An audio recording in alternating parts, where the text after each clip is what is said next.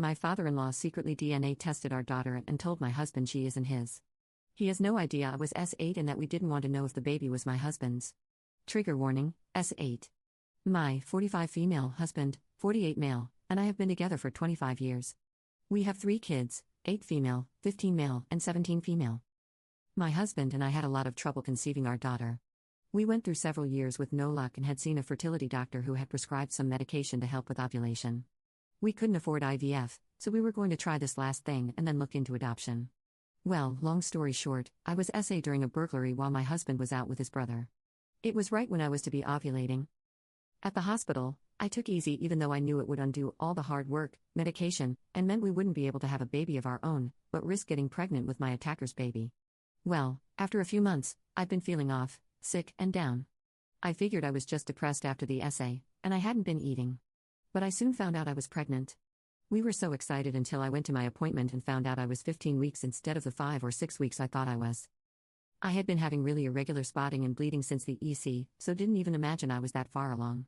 My husband and I were devastated because that meant there was so much uncertainty surrounding paternity.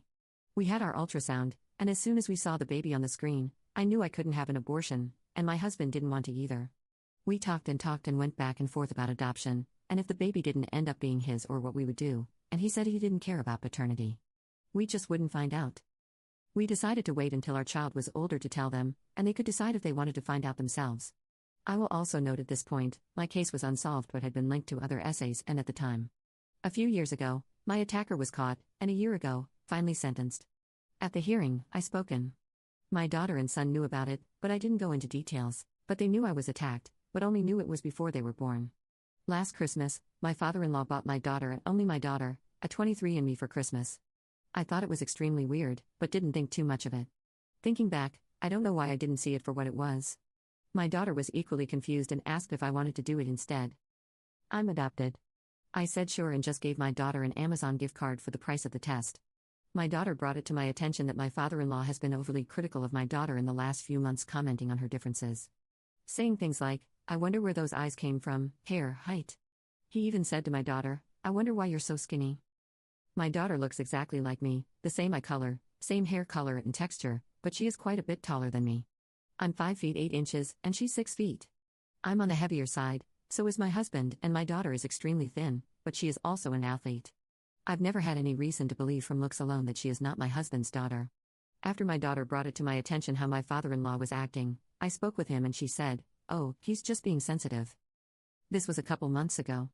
A couple nights ago, my father-in-law invited my husband and I out for dinner and told us to leave the kids at home because he had something important to discuss with us. We did. We went to a restaurant. We're eating, and my father-in-law hands me and my husband 2 separate envelopes. My husband and I both look in the envelope, and they are DNA comparison results. I asked my father-in-law what it was, and he said, the proof that you're the garbage I always knew you were. I was extremely confused. I asked whose DNA he compared, and as I said that I just knew, he said my husband and my daughter. My husband looked at me, and he looked so hurt and lost. I'll never get that image out of my head as long as I live.